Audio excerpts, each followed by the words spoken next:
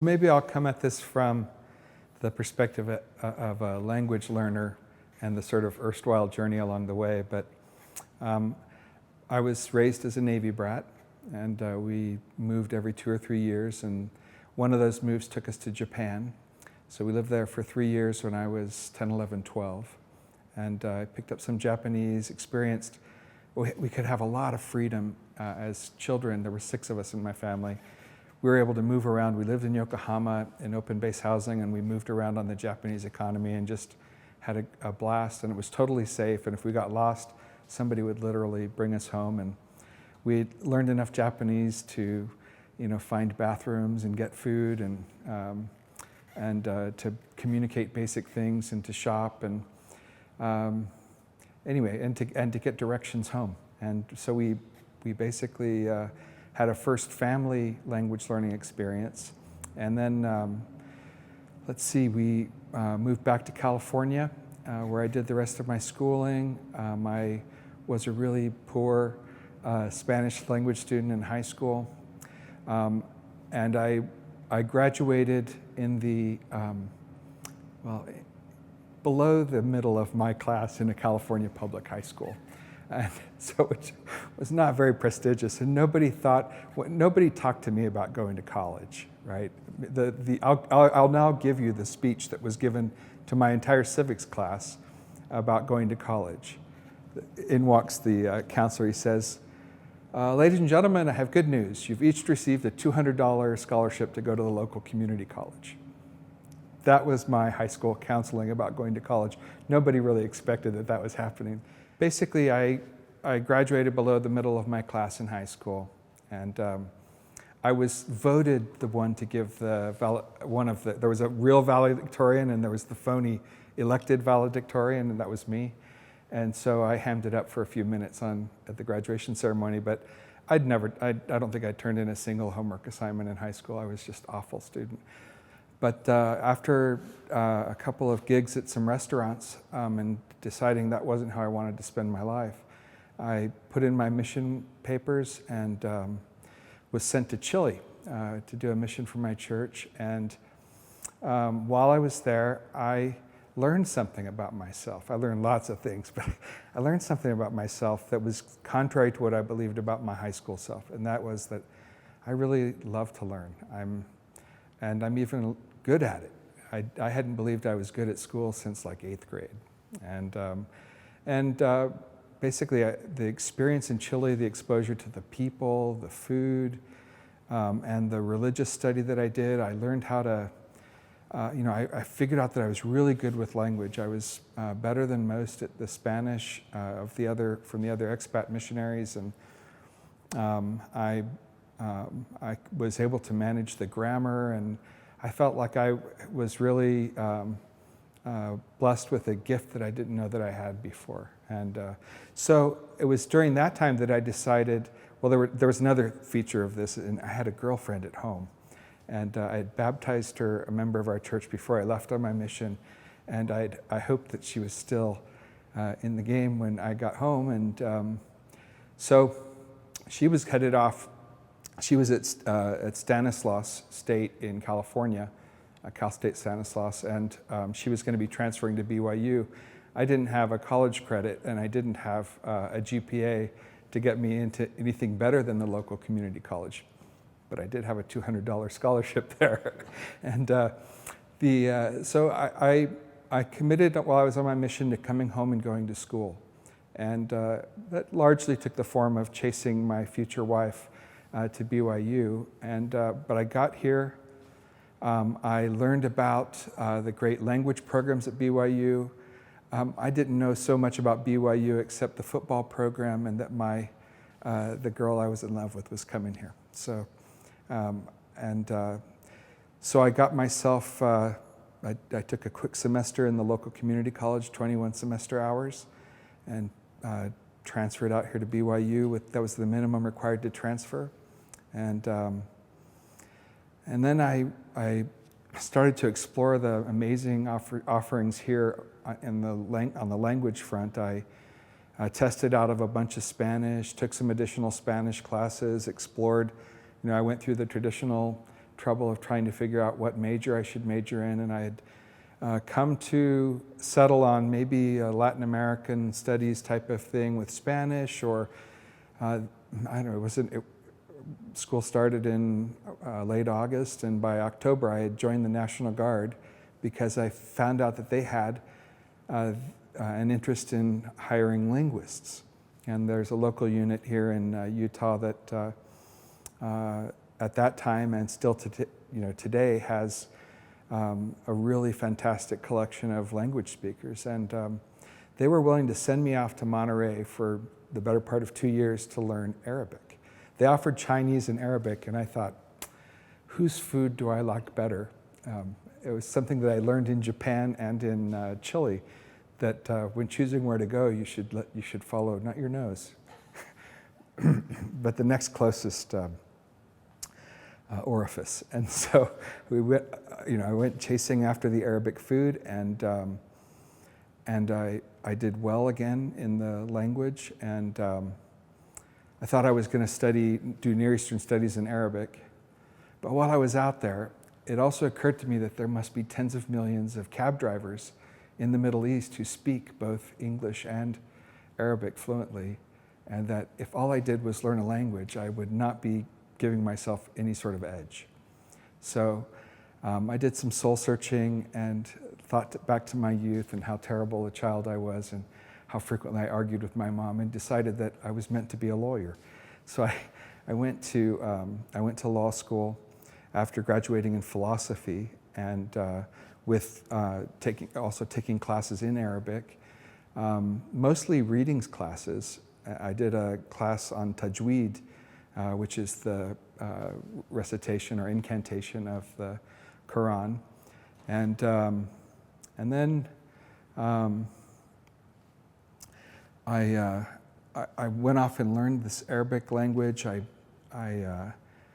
was really good at it. I came back. I think I even had some refresher courses with you, Kirk, and then a war occurred on August 2nd of 1990. Saddam Hussein invaded Kuwait, and I was off at a school for sergeants in the National Guard. I was learning how to be a proper sergeant, and I got a call saying, you don't get to finish this school, you have to report for duty. You're an Arabic speaker, and we're now in a fight over in an Arabic-speaking part of the world. So I was one of the early ones to get shipped, and I went over and helped. My first assignment in that conflict was to help the 82nd Airborne Division. They have an 82nd Aviation Brigade full of different types of helicopters, and I had to go out. My first assignment was this colonel looked at me and said, Jim, I want you to go to this town, Al-Hufuf in Saudi Arabia. There's an abandoned Aramco airport. I want you to get it for me. So I went into Al-Hufuf. Me and one other guy drove in a car and found the local emir and said, we have to have that airport. Give it to us. And he said, okay. And he said, I'll send some people out to clear it out. And so I reported back on my first assignment saying, I've secured the airfield. We can move in tomorrow. And so I helped the Aviation Brigade get settled there in Hufuf, which was their pre-war resting area. And then I was put there. Then there were some other units coming off the ships, and I was put with what would be the American Frontline Unit, the 3rd Armored Cavalry Regiment. And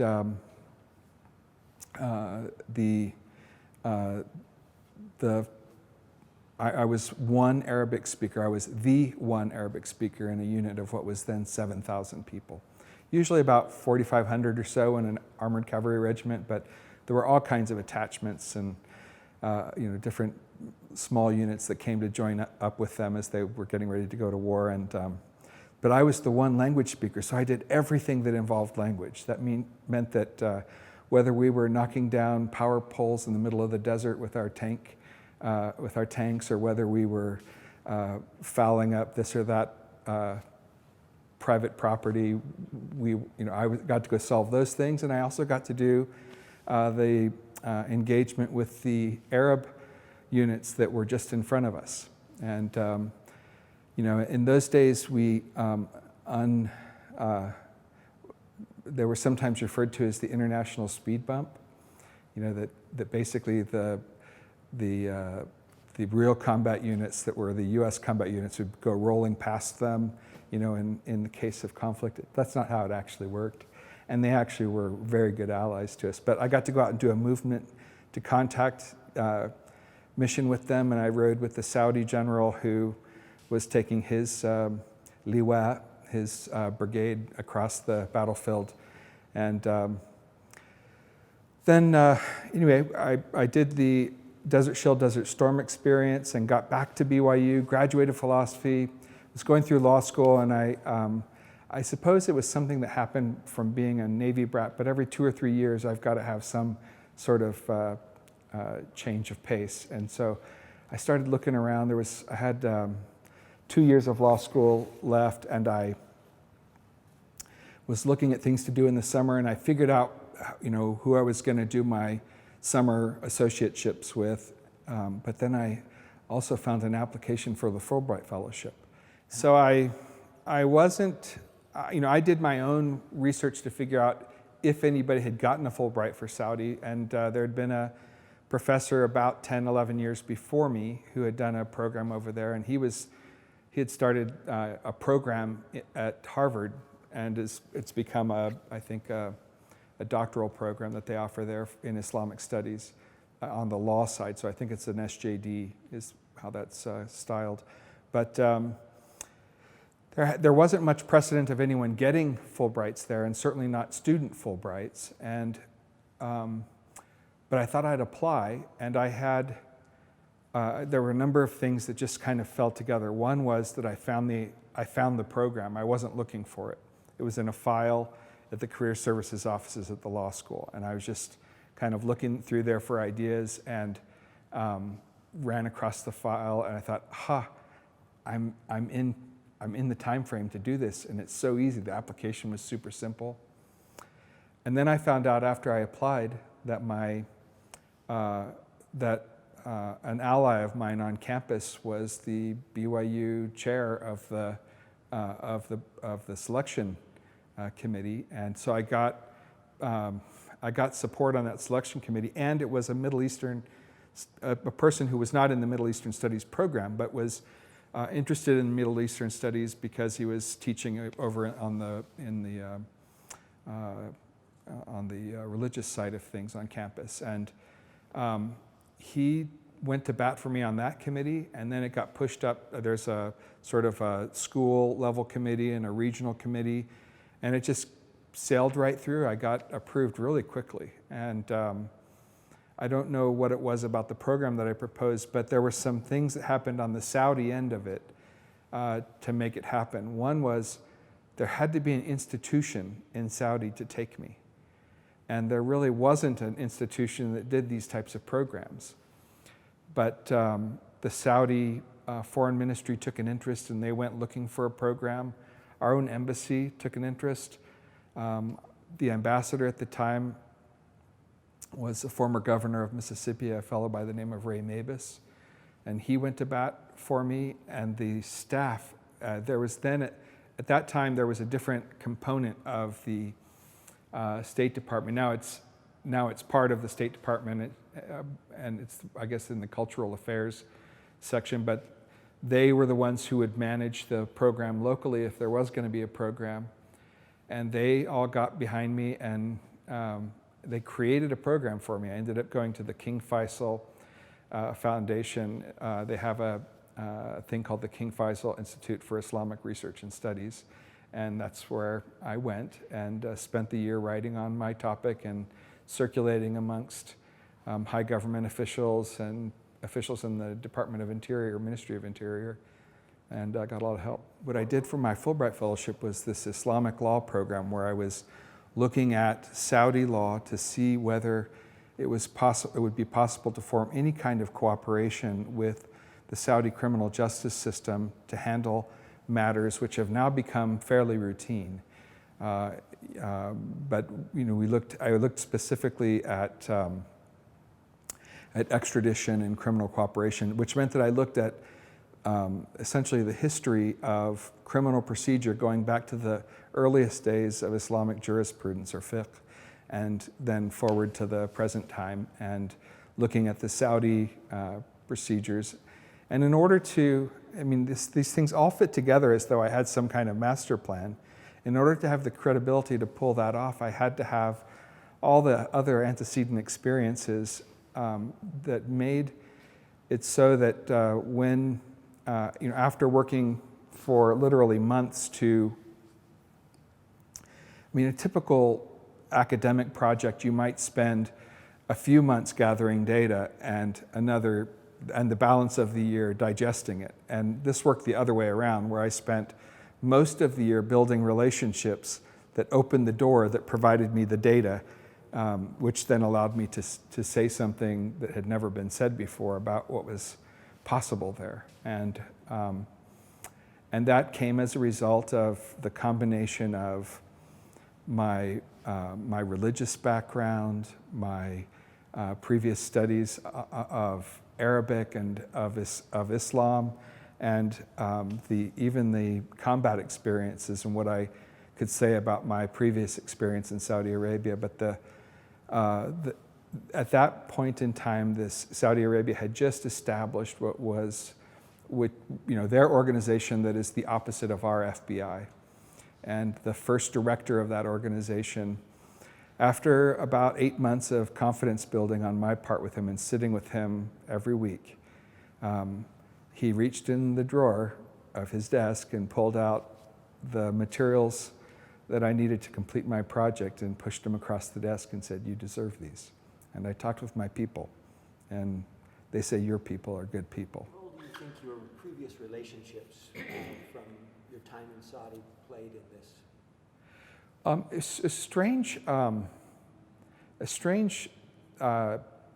coupling of things. One is that I'd had that war experience, so I had made some friends there of some reasonably important people who others could ask about me and get a positive answer. That was part of it.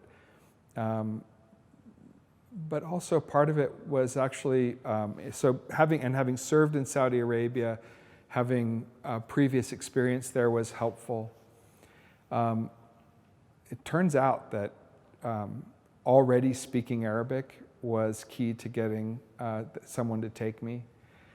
Just because they're very tuned into the idea that there are a lot of expats who go to Saudi Arabia. There aren't that many of them who trouble themselves to learn the language. And I'd just say, my pitch for learning the language, if you're going to make a commitment to the region, is the doors just swing open to people who try. You don't even have to be good at it, right? I mean, you can be very mediocre as a linguist, but investing the time to learn somebody else's language says something about you to other people that says, maybe give this person a try. I don't think you were mediocre in terms of your language abilities. Certainly, what you said is true. I've seen this happen over and over, where people with a little bit of Arabic goes a long way, right? Right. It can go a long way.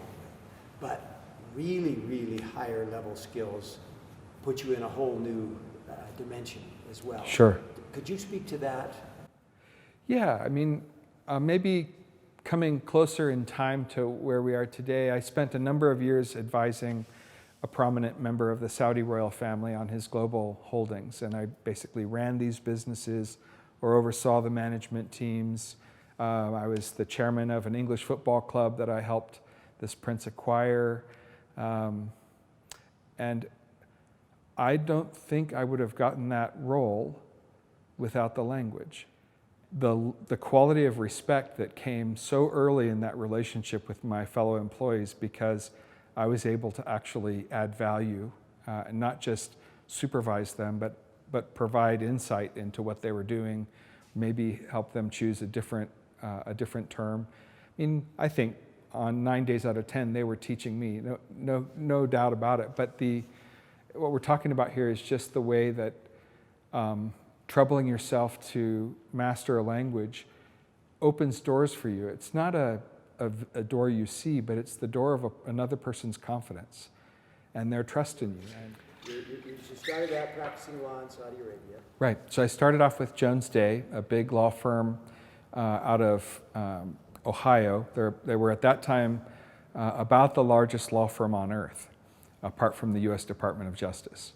And that's no longer true. At that time, they had 1,200 lawyers. So I was just a very small cog in a fairly large machine. But I was sent out to the Riyadh office where there were just 2 other Jones Day lawyers. So I spent a few years in Saudi Arabia, according to our plan, practicing law there.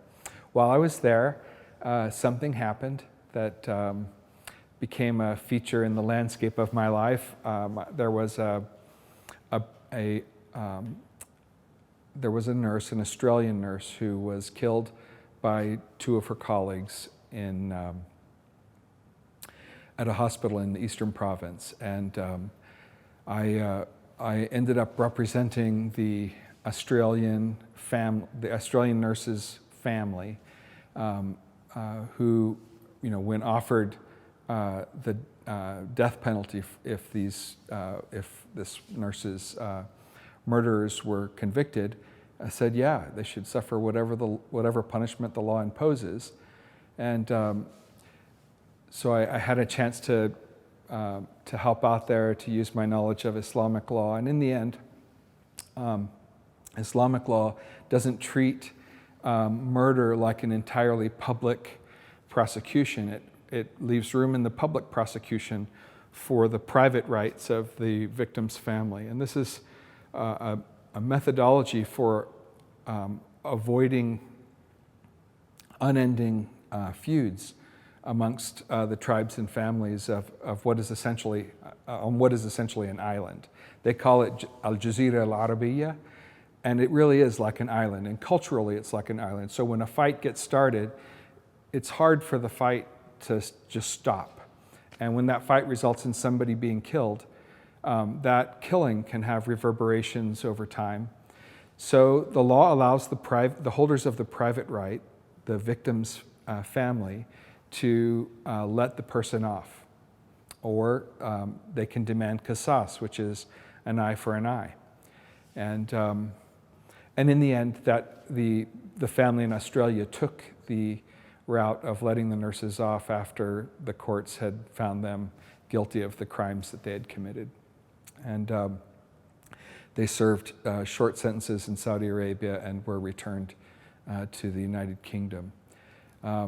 But the experience was one of those things where there were very few lawyers, Western lawyers in Saudi Arabia who could have helped with that. And while I'm sure that the British defendants in that case will not have appreciated the role that I played, because I was representing a family that for a period of time was seeking their execution, it was by going through the process that the family was able to relent. And actually the Islamic law provided a methodology to end what was becoming a kind of a tribal dispute between Great Britain and Saudi Arabia.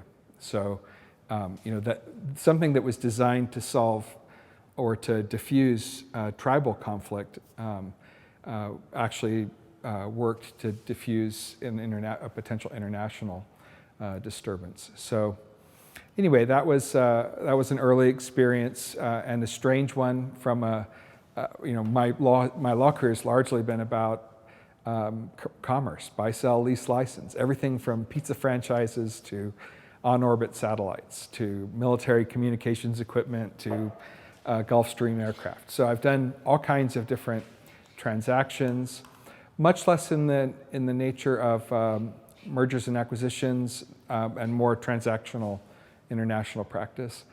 After 3 years in Saudi, I returned to the States, and it was a great time to be a young associate in America. The wages at the end of that year when I got home, the wages at U.S. law firms starting wages jumped from about $75,000 to $125,000, $130,000. I had started over in Saudi Arabia at that higher point. So I came back to the States and I was looking at maybe having a drop, but the market just went up, so I just kept taking the pay raises. It was like in this beautiful moment. It was all being driven by the dot-com bubble. and what was happening at law firms in Silicon Valley. So after that time in Saudi Arabia, 3 years, I came back to the States, continued with Jones Day, but something had happened while I was in Saudi, and it was as a result of the language component of my practice there. I had developed clients, and young associates at Jones Day, which is a big law firm, don't have clients of their own. But I had one of these clients that I'd been working with that had a sort of a large matter that they wanted me to handle, and the law firm said they couldn't take it because they didn't want to have partners working for essentially a fourth-year associate.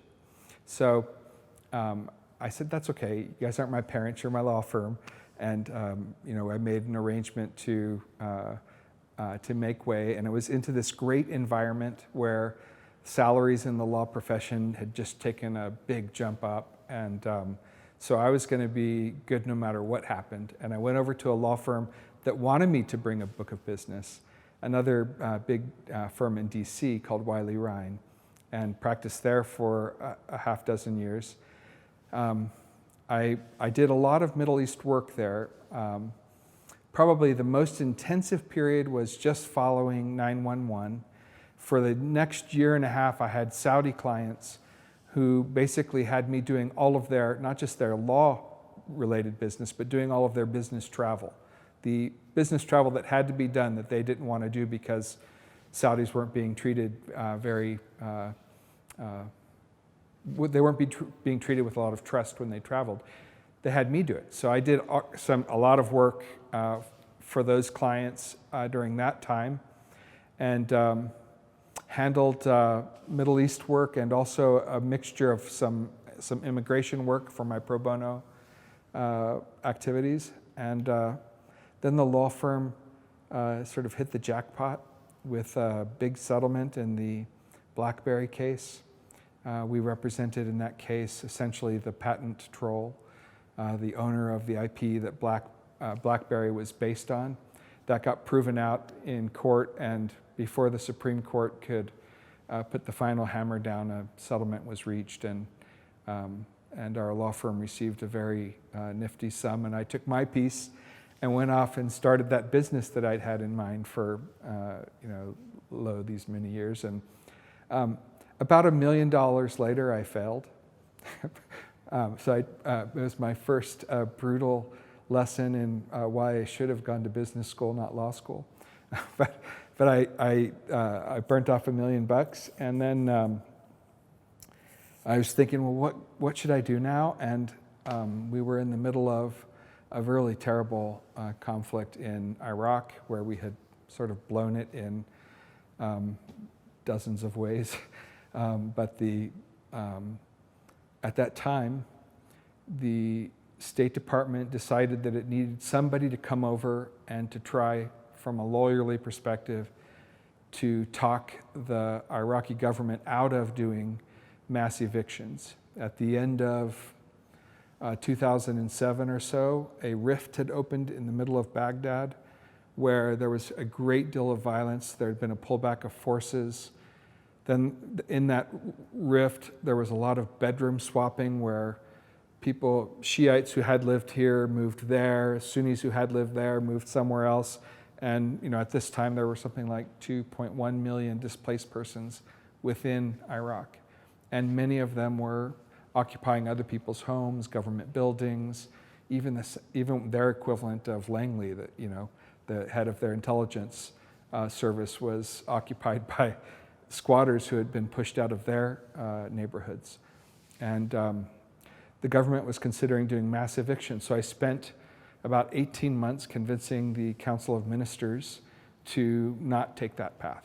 And we went through various iterations. I think I got through 4 Council of Minister resolutions on how to humanely convince people that it was in their best interest to go, to give them rewards for it, and to do it on a one-by-one, case-by-case basis, looking at things like, well, now that people have moved, the children have moved schools, the people have changed doctors, so you've got to take care of each household one by one. that went fairly well. And when the government was, well into the process of returning people to their neighborhoods, one neighborhood at a time, one home at a time, when that process was underway, I made a shift over to USAID, where I started off helping with the standing up something that the Iraqi Constitution created, a council of the governors of the 18 provinces of Iraq. So I had a small team and started getting those governors together. And then I became the team lead for a team of 165 professionals, largely Iraqis. There were maybe at any given time 10 expats, 2 or 3 Americans and expats from elsewhere. But basically what we were doing, in the simplest terms, was we had Baathists, former Baathists, who were teaching, who knew how to run a government, teaching the people who now were in government how to run a government. That's not how we described it in the contract, but basically these were good people. Not all the Baathists were bad people. Most of them were just civil servants doing their job and getting paid peanuts for it. There were a tiny fraction of those people who were truly horrible human beings, but those are the few and the far between. These were great people, mainly lawyers, accountants, engineers, and we taught the new local government authorities how to do budgeting, legislation, how to assess needs, budget and carry out projects.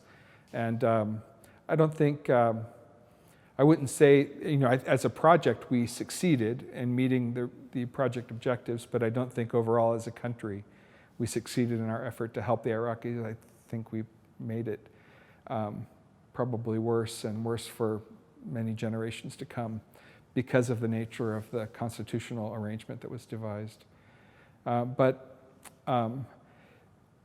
I was able to, the thing that language did for me was I was rare amongst the expats in being able to talk to my team in their own language without a translator, and to actually assess for myself the competencies. And then, I didn't have to do anything. What I did was I ran that team by letting the Iraqis teach the Iraqis. And it was a thing of real beauty, I think, because it wasn't, at one point in my time in Baghdad, I spent a short period of time being the lead person in our government engaging with the city of Baghdad.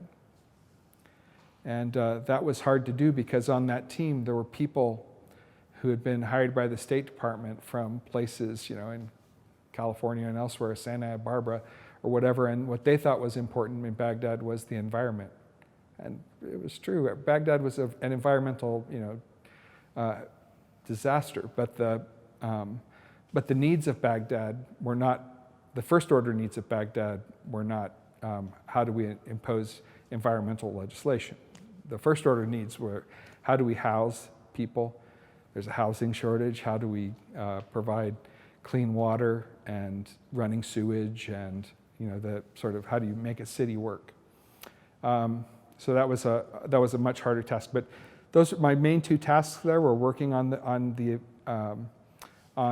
avoiding mass evictions, which would have just started another round of violence. Average family in Iraq, our household was made up of 7.1 people.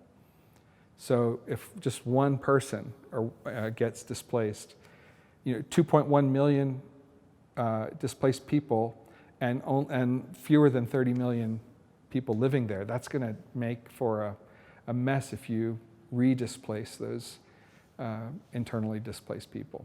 And so without doing it thoughtfully. And anyway, that was very fulfilling. I got home, and I'd been asked to go back and be a lawyer at a big oil and gas law firm out of Houston, and to go to their Saudi office. And I was excited about that. But I got a call from a friend who had trained me as a young lawyer, and he said, there's this really terrific guy, Saudi prince. He's got a global portfolio, and he needs some help, and would you go to London and talk to him about maybe helping him? I said, what does he want? He's thinking about acquiring an MMA organization, mixed martial arts. And I said, sure. And he said, which organization? And he told me it was this organization in out of San Jose. What was it called? Strike Force. And he was considering purchasing it. And and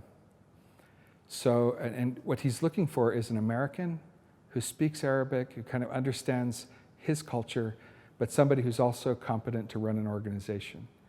And I said, I'd be willing to give it a try. And so I prepared for this interview in London, and I went there, and the prince told me what he was thinking of doing, and I said, I wouldn't do that. I wouldn't buy that organization. And he said, why not? He said, because unless you're going to spend a lot of money, your direct competition will be, this huge organization in Las Vegas that's highly litigious and has a lot of free cash.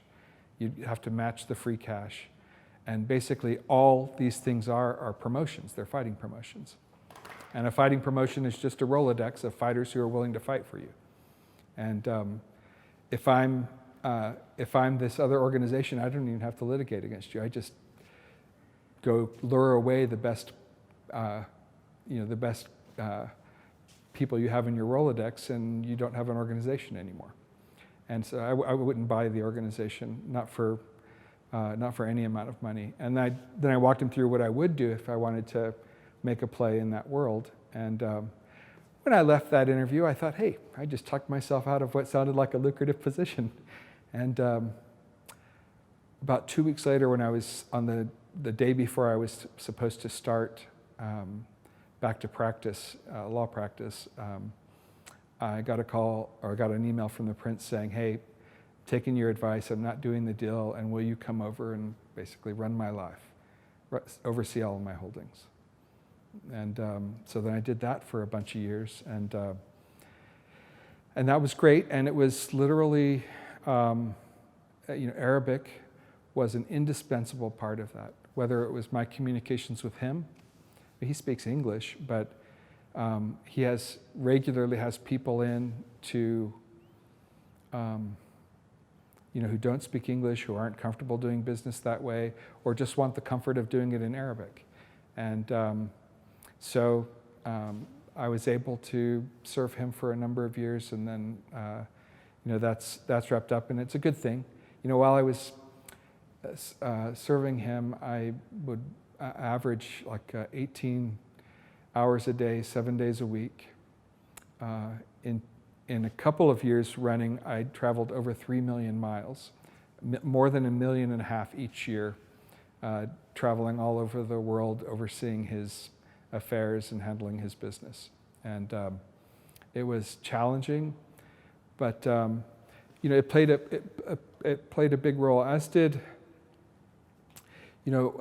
people always imagine the Saudis as being super religious, and I think it's fair to say that they're more obviously religious, but I think they're like all people. They're about as religious as most people, but religion does mean something to them, and I always found that it meant something to them that my religion meant something to me. So the combination of my own religious faith and the language somehow communicated that this guy plays for the long, long haul, and we can trust him.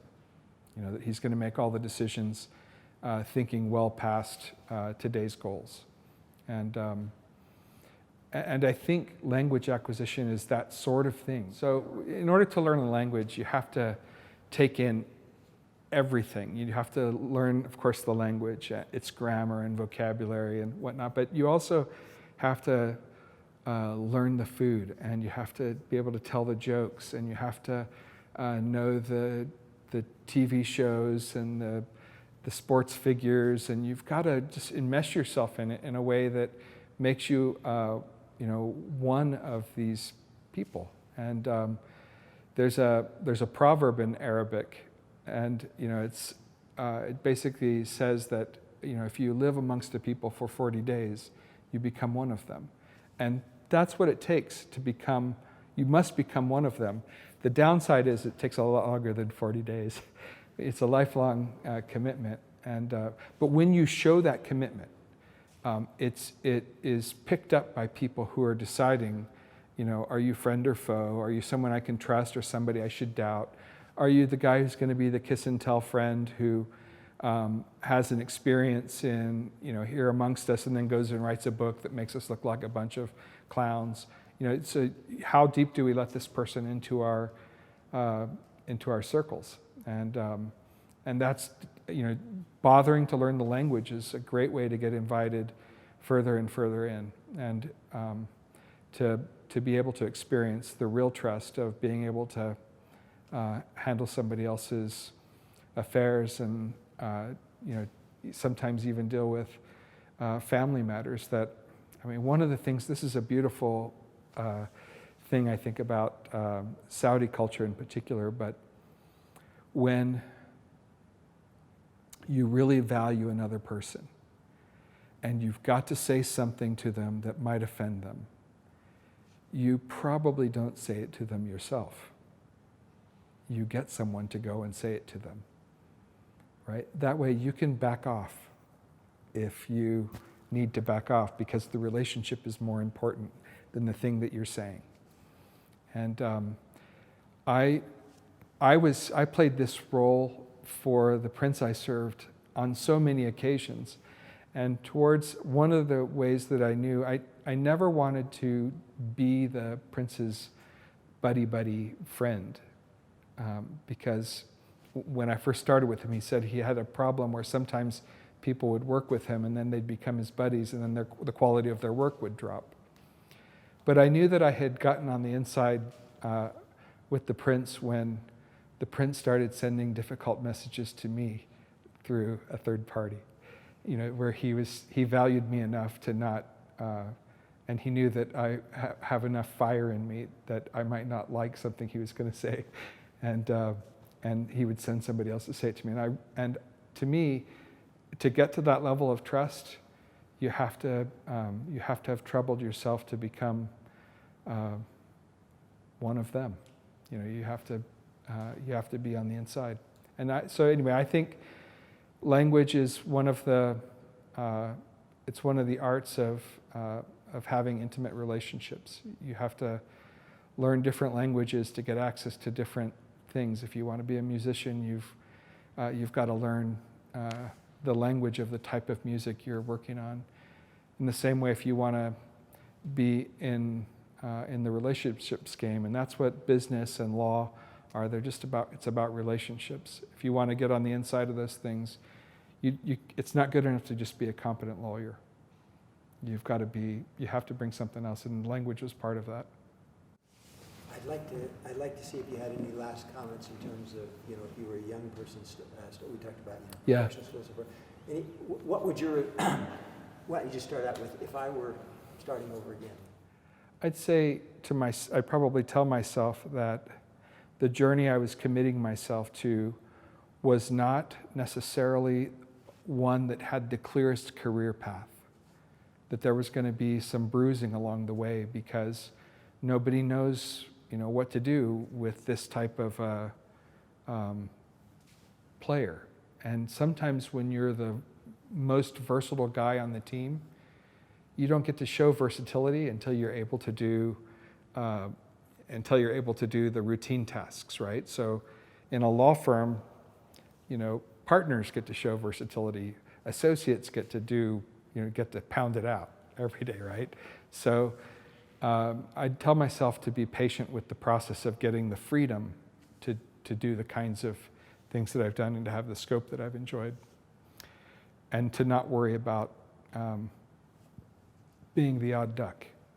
But I think there is a certain amount of odd duckness that comes with committing to a career in international. Maybe a little bit less so today, and maybe as the world becomes smaller and smaller through all the technology we enjoy, it won't make you quite the odd duck that it made me, because I had to travel and live abroad, and I don't think that's going to be necessarily as true. But I would tell myself in the new technological world that doesn't make language less important, it makes it ever more important. How can you communicate in a brief video encounter that you really care, that you care enough to have committed years of your life to being able to have this conversation. So, I mean, that's, but I'd tell myself to be patient, because some of the knocks along the way that came from being the odd one out, like my law firms didn't know what to do with me. Here's an associate with a book of business. Here's an associate whose experience as an associate doesn't look like our other associates. Is he really an associate? You know, and so how do you, you know, that's going to affect lots of things, like how you make partner or whether you make partner. It's going to affect everything. But at the end of the day, I've lived a rich life. I didn't get in a hurry when I was getting my education. I took the time to learn the languages. I took the time to think about the education that I was getting it as I was getting it. I took usually law school takes 3 years. I took 4 because I did the Fulbright year. But that year, wow, has it ever made a difference? And the things that I couldn't have done, I don't think I would have gotten the job with the prince if I wasn't able to have a conversation about profound matters in Islamic law with him in Arabic, referring to the original sources. I mean, it was just simple, as simple as. And, you know, I've had an occasion to meet with some of the highest religious authorities in Islam. And I've had the unavoidable discussions with them about my own faith. Because, of course, tea and coffee are going to be served, and there's going to be a discussion about that. And you know, I feel like it's been a real door opener to have had those early experiences. So when you get that urge to rush through school, that might be the right answer for you. But it might also be the wrong answer. Maybe the months that it takes to do this program are going to be a difference maker for you. For me, the big difference makers in my education, in sort of a very obvious way, were picking up Arabic and the Fulbright Fellowship, sort of grappling with Islamic law. I think also it can't be understated, if you're paying to get an education, you should get an education. I did philosophy, which means I literally got a BA in BS. but you know, I feel like I learned between the process of my philosophy undergrad and law school, I learned how to think, and learned how to write. And if you learn how to think and write, and add a language to that, and some earnestness, what can't you do?